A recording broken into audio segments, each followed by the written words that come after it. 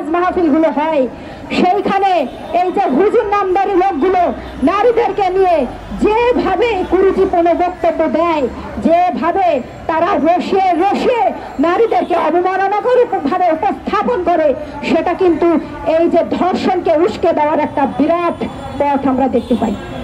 বন্ধুগণ, আমাদের সমাজের যে নৈতিকতার কথা আমরা বলি, সেই নৈতিকতা অনেকটা ধর্মীয় ভাবে আমাদের মধ্যে প্রথিত করা হয়, কিন্তু আমরা দেখতে পাই যে সেই ওয়াজ মাহফিলে নারীদেরকে বিন্দুমাত্র সম্মানের সঙ্গে উপস্থাপন করা হয় না। কাজেই এই যে নারী বিদ্বেষী মন্তব্য, এই যে নারীদেরকে নিয়ে রসে রসে মন্তব্য করা, এই যে নারীদেরকে ধর্ষণের জন্য দায়ী করা, এটা অবিলম্বে বন্ধ করতে হবে এবং সরকারকে এই ব্যাপারে উদ্যোগ গ্রহণ করতে হবে। নারীরা কোনো ভোগ্যপণ্য নয়, নারীরা এখানে কারণ লালসার বস্তু নয়, নারীরা মানুষ।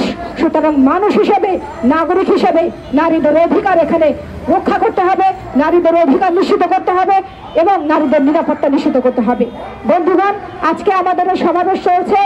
সমাবেশে এই পর্যায়ে আমি বক্তব্য রাখার জন্য আহ্বান জানাচ্ছি বাংলাদেশ আয়োজক জাতীয় মুক্তি কাউন্সিলের নারী সেলের সবাইকে বাংলাদেশ লেখক শিবিরের পক্ষ থেকে সংগ্রামী শুভেচ্ছা জানাচ্ছি।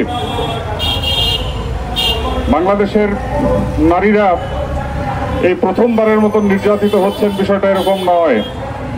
বিগত 54 বছরের দেশ স্বাধীন হওয়ার পর কোনো ধরনের শাসক গোষ্ঠী এখানে সমাজের যে অর্ধেক অংশ, মনুষ্য সমাজের যে অর্ধেক অংশ, তাদেরকে সঠিক নিরাপত্তা, তাদের সুস্বাস্থ্য, চিকিৎসা কোনো কিছুরই ব্যবস্থা করতে পারেনি।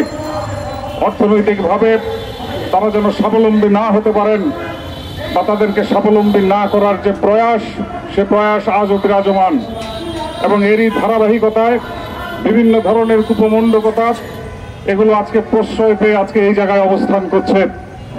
কারণ শাসক গোষ্ঠী, বাংলাদেশের শাসক গোষ্ঠী গত 54 বছরে আমরা দেখেছি তারা বিভিন্নভাবে বিভিন্ন ধর্মকে তারা রাজনৈতিক উপকরণ হিসেবে তারা ব্যবহার করেছেন এবং সেই ব্যবহারের ধারাবাহিকতায় জুলাই গণ-অভ্যুত্থানের পরে যে গণ-অভ্যুত্থানে এদেশের জনগোষ্ঠীর অর্ধেকের যে বিশাল সংগ্রামী ভূমিকা ছিল, সেই ভূমিকাকে খাটো করে দিয়ে এইখানে যারা অন্তর্বর্তীকালীন সরকার অবতীর্ণ হয়েছেন, সেখানে আমরা শ্রমিক সংগঠনগুলো বা শ্রমিক প্রতিনিধি আমরা কিন্তু খুঁজে পাচ্ছি না।